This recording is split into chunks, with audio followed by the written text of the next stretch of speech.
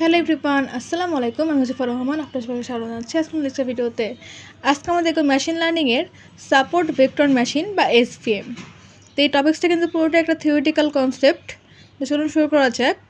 প্রথমে জানতে হবে যে এসভিএমটা কী। তো এসভিএমটা হচ্ছে SVM is supervised learning algorithm used for classification and regression. অর্থাৎ এটা একটা সুপারভাইজড লার্নিং অ্যালগোরিদম। তাহলে আমরা কী বুঝলাম যে এখানে হচ্ছে আমাদের ক্লাস লেভেল থাকবে, তাই না? সুপারভাইজড লার্নিং ক্লাস লেভেল দেওয়া থাকে এবং সেই ক্লাস লেভেলের উপর বেস করে তারা ক্লাসিফিকেশনের কাজ করতে পারে এবং রিগ্রেশনের কাজও করতে পারবে।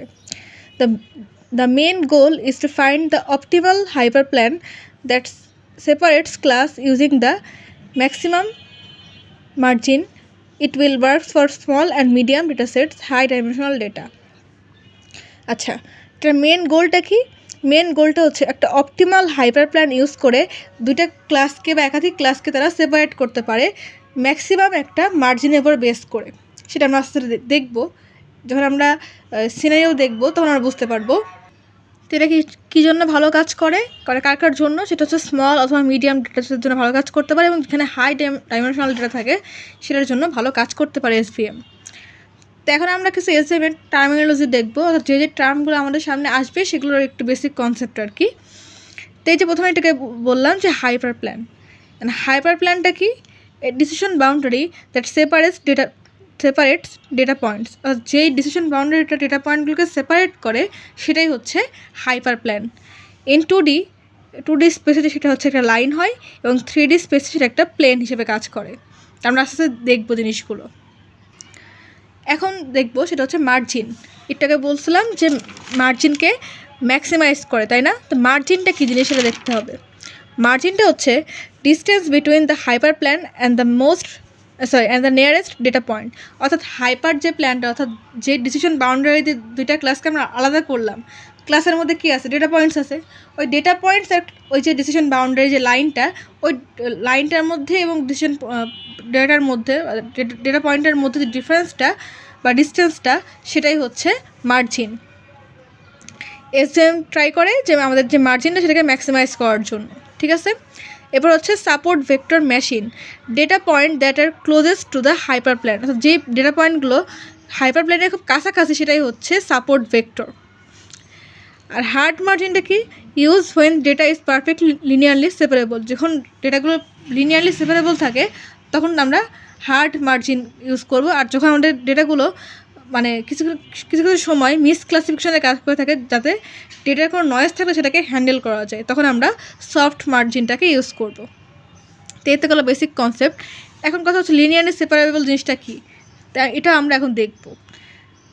তার আগে দেখে নিই এই যে কনসেপ্টগুলো আমরা পড়লাম, ডেটা পয়েন্ট, হাইপার প্ল্যান, তারপর ম্যাক্সিমাম মার্জিন, তারপর হচ্ছে সাপোর্ট ভেক্টর, এই টার্মগুলো কীভাবে কাজ করে সেটা দেখে নিই।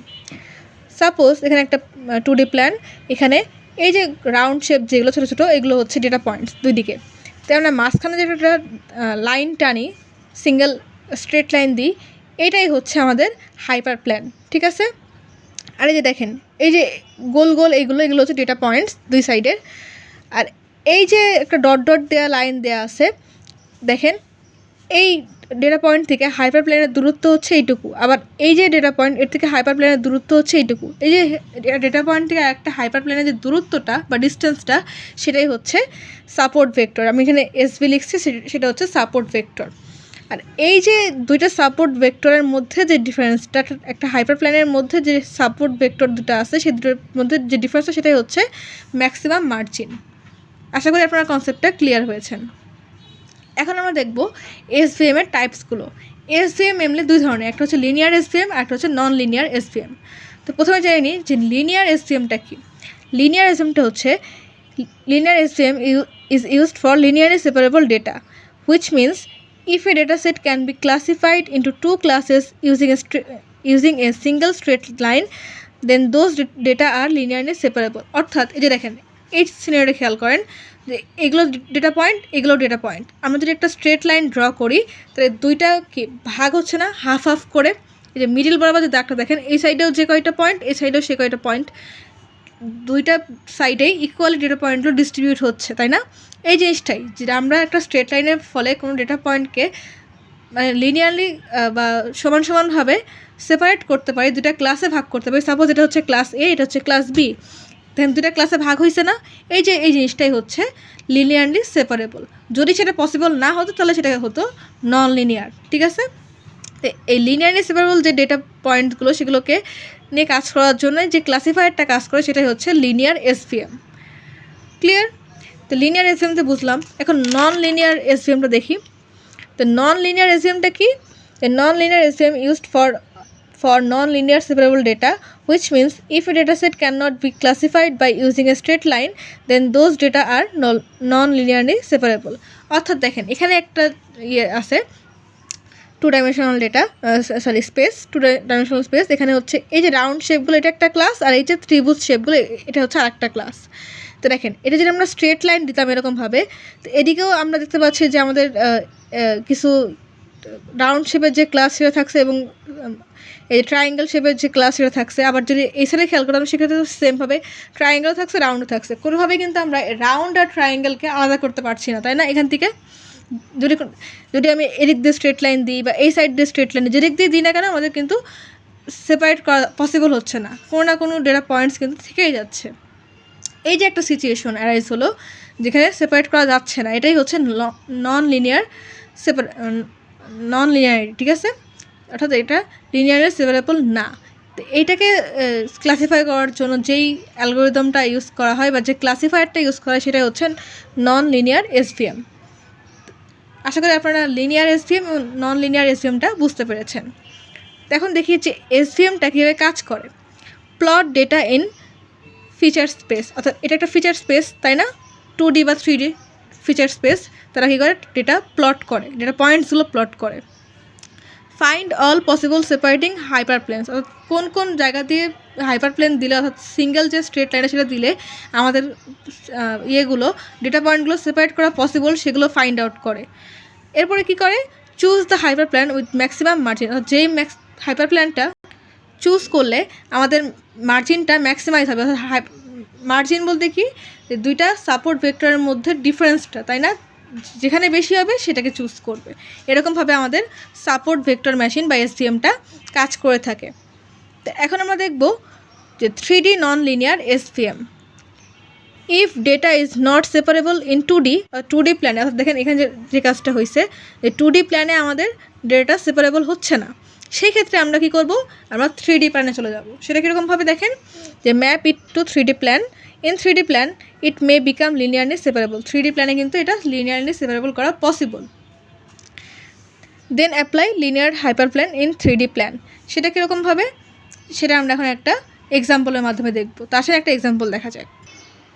আচ্ছা, এই চিত্রগুলো খেয়াল করেন, দেখেন এই যে রেড কালারের যে সার্কেলগুলো বা ইয়েগুলো ডটগুলো, এগুলো হচ্ছে একটা ক্লাস, আর ব্লু কালারের যে ডটগুলো সেগুলো হচ্ছে আরেকটা ক্লাস। এখানে যদি আমরা স্ট্রেট লাইন দিই দেখেন কোনো ক্লাসে কিন্তু আমরা আলাদা করতে পারছি না, কারণ যদি আমরা এদিক দিয়ে দিই তাহলে এই সাইডে কিছু রেড থাকছে, ব্লু থাকছে, এই সাইডে কিছু রেড আর ব্লু থাকছে, সেপারেবল হচ্ছে না দুটা ক্লাস, তাই না?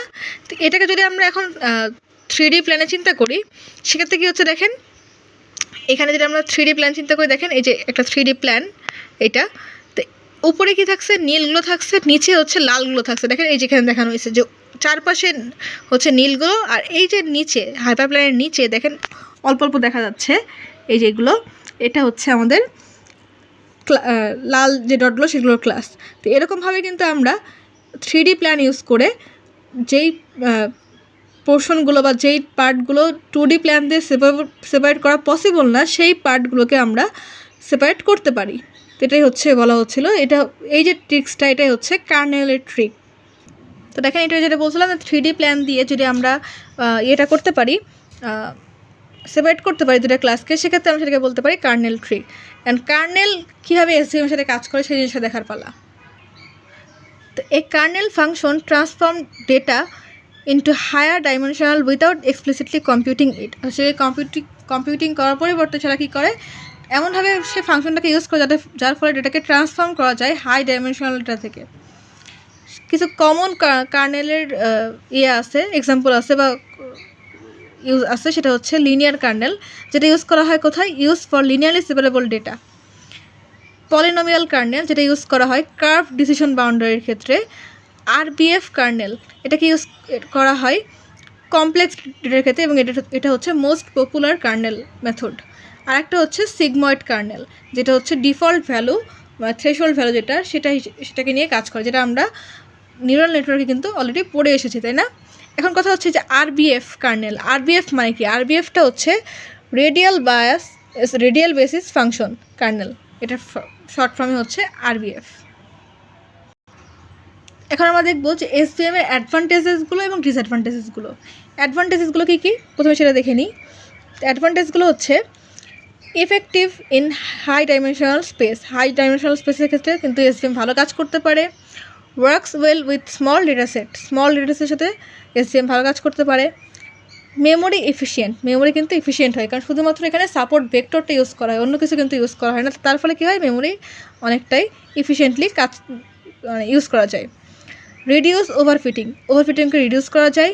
Can handle non linear data using kernels, অর্থাৎ এটাকে যেটা দেখালাম যে 3D প্ল্যান ইউজ করে একটা non linear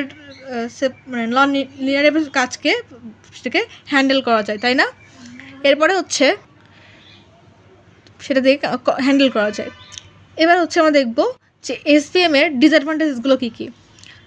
slow for large data sets, অর্থাৎ যখন কোনো ডেটা সেট অনেক বেশি লার্জ হয়ে যায়, অনেক হিউজ পরিমাণ ডেটা থাকে সেখানে, সেটার ক্ষেত্রে কিন্তু SVMটা অনেক স্লো কাজ করে না তা না, তবে অনেক বেশি স্লো হয়ে যায়, এটা তার একটা ডিসঅ্যাডভান্টেজ।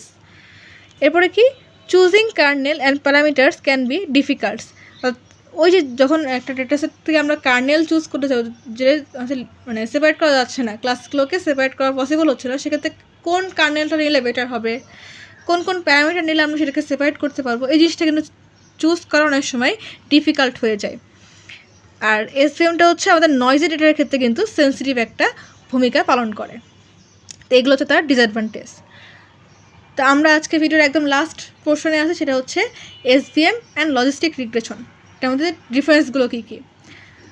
তো SVM-এ দেখেন আউটপুট হিসেবে ক্লাস লেভেলকে দেখানো হয় এবং লজিস্টিক রিগ্রেশনে আউটপুট হিসেবে প্রবাবিলিটিকে দেখানো হয় 0 বা 1 দিয়ে, ইদার 0 অর 1। SVM-এর ডিসিশন বাউন্ডারি দেওয়া হয় ম্যাক্সিমাইজ মার্জিনের উপর বেস করে, আর লজিস্টিক রিগ্রেশনের ডিসিশন বাউন্ডারি দেওয়া হয় based on probability threshold value, threshold যে ভ্যালুটা সেটার উপর বেস করে ডিসিশন বাউন্ডারিকে ফিক্সড করে দেওয়া হয় লজিস্টিক রিগ্রেশনে। আর SVM হচ্ছে মার্জিনকে ম্যাক্সিমাইজ করার মাধ্যমে ডিসিশন বাউন্ডারি দেওয়া হয়। অবজেক্টিভ ফাংশন হচ্ছে SVM-এর ক্ষেত্রে ম্যাক্সিমাইজ মার্জিন, আর অবজেক্টিভ ফাংশন হচ্ছে লজিস্টিক রিগ্রেশনের ক্ষেত্রে ম্যাক্সিমাইজ লাইকলিহুড, কারণ প্রবাবিলিটির ক্ষেত্রে লাইকলিহুডটাই বেশি ম্যাক্সিমাইজ করলে আমাদের যে আমাদের যে অ্যান্সারটা সেটা মোর অ্যাপ্রোপ্রিয়েট হয়, তাই না? কার্নেল ট্রিকটা SVM-এ ইউজ করা হয়, লজিস্টিক রিগ্রেশনে ইউজ করা হয় না, তাই না? এরপর হচ্ছে হ্যান্ডেল নন লিনিয়ারিটি, SVM-এ এটাকে হ্যান্ডেল করা হয় নন লিনিয়ার যে প্রবলেমটা সেটাকে কার্নেলের মাধ্যমে। আর লজিস্টিক রিগ্রেশনে শুধুমাত্র লিনিয়ার যে ক্লাসগুলো লিনিয়ার যে প্রবলেমগুলো সেগুলোকেই নিয়ে কাজ করা হয়, নন লিনিয়ার কোনো জিনিসকে নিয়ে কাজ করা হয় না, তার ফলে এখানে হ্যান্ডেলের কোনো প্রশ্ন আসে না। SVM-এর স্পিডটা হচ্ছে স্লোয়ার যখন সেই ডেটা সেটটা অনেক বেশি লার্জ হয়ে যায় সেক্ষেত্রে, তবে উল্টো দিকে লজিস্টিক রিগ্রেশনে এটা অনেক বেশি ফাস্ট কাজ করে, যদিও সেটা ডেটা সেটটা বড় হয়ে থাকে সেক্ষেত্রেও কিন্তু তারা ফাস্ট কাজ করতে পারে। ওয়ার্কস ওয়েল ওয়েন, SVM-এর ক্ষেত্রে হাই ডাইমেনশনাল ডেটা থাকলে ভালো কাজ করতে পারে, আর লজিস্টিক রিগ্রেশনের ক্ষেত্রে লিনিয়ারলি সেপারেবল হলে খুব ভালো কাজ করতে পারে।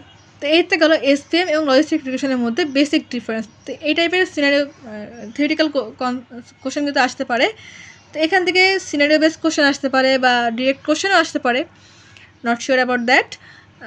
আমি সবগুলো টপিক্সই কভার করেছি, আপনারা হোপফুলি বুঝতে পেরেছেন। তারপরে যদি বুঝতে না পেরে থাকেন অবশ্যই কমেন্ট করবেন, আমি আপনাদের কমেন্টে রিপ্লাই দেওয়ার চেষ্টা করব। তা আজকের মতন এই পর্যন্তই, আমাদের মিডের টপিক্সও এই পর্যন্তই ছিল। তো আশা করি আপনারা সবগুলো টপিক্স, আজকের ভিডিও টপিক্স এবং ওভারঅল আমি যতগুলো ভিডিও দিয়েছি মিডের জন্য সবগুলো টপিক্সই বুঝতে পেরেছেন।